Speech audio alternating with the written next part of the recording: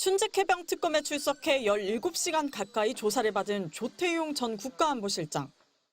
조사할 때 다 제가 아는 대로 다 진술했습니다.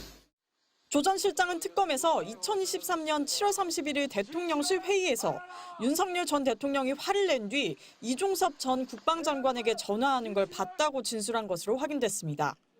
회의 막바지인 오전 11시 54분, 이종섭 당시 국방장관에게 걸린 대통령실 명의 800-7070 번호의 발신자가 윤 전 대통령이라고 지목한 겁니다. 이른바 VIP 경로설이 불거진 회의 당일, 윤 전 대통령과 이 전 장관이 통화하는 모습을 직접 봤다는 진술이 나온 건 이번이 처음입니다. 윤 전 대통령은 이 전 장관과 통화해서 이렇게 모든 사람을 처벌해서는 안 된다는 취지의 질책을 한 것으로 알려졌습니다. 조 전 실장은 윤 전 대통령에게 조사 결과가 보고되지도 않았다며 경로설을 부인했던 입장도 뒤집은 것으로 확인됐습니다. 수석 비서관 회의가 있었습니다. 그러면 여기에서 이 사건에 대해서 대통령께 보고를 했습니까? 그런 사실 없습니다. 특검이 지난주 비공개로 조사한 임기훈 전 비서관도 경로한 윤 전 대통령이 이 전 장관에게 전화해 질책했다며 조 전 실장과 같은 취지로 진술한 것으로 파악됐습니다. 당시 회의 자료에 기록된 참석자 7명 중 모두 5명이 윤 전 대통령의 경로를 인정한 것으로 VIP 경로설이 기정사실화된 셈입니다. 윤 전 대통령의 경로 사실과 이 전 장관과의 통화까지 확인된 만큼 특검의 수사는 외압이 전달되고 실행된 경로와 그 배경으로 지목된 구명로비 의혹 규명을 향하고 있습니다. 특검은 윤 전 대통령과 김건희 여사, 이종섭 전 장관, 임성근 전 사단장 등 사건의 주요 당사자들이 사용한 비화폰 통신 기록도 확보하고 있습니다. 최상병 사망 사건 발생 이후 수사 결과에 외압이 있었다고 의심되는 기간 동안 주요 관계자들의 비화폰 통신 기록을 분석하며 수사를 진행할 예정입니다. 특검은 내일 최상병 수사 기록을 경찰에서 회수하는 데 관여한 의혹을 받는 이시원 전 대통령실 공직기강 비서관을 조사할 예정입니다. MBC 뉴스 1입니다. 김계환 전 해병대 사령관은 구속영장 실질심사에서 윤석열 전 대통령이 화를 낸 사실을 알고 있었다고 처음으로 인정했습니다.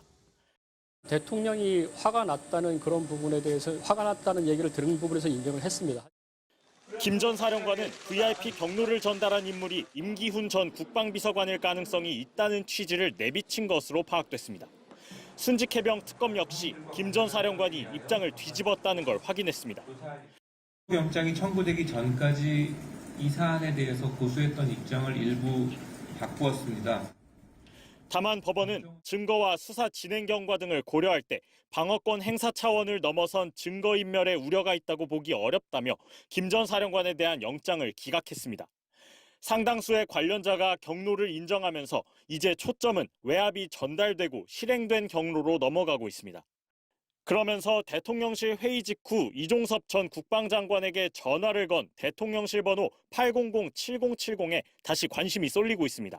이 전 장관과의 통화 전 당시 대통령실 법률비서관이었던 국민의힘 주진우 의원도 이 번호와 44초간 통화를 했습니다.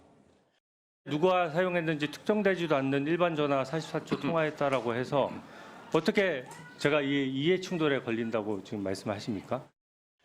특검은 여기에 더해 임성근 전 사단장 구명 통로로 의심받는 김장환 극동방송 이사장과 이철규 의원 등으로부터 압수한 압수물 분석에도 집중하고 있습니다. 당사자들은 모두 의혹을 강하게 부인하고 있습니다.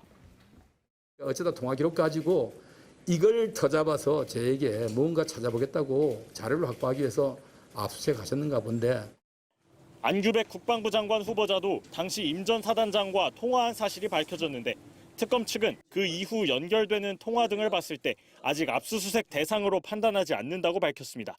MBC 뉴스 송정훈입니다.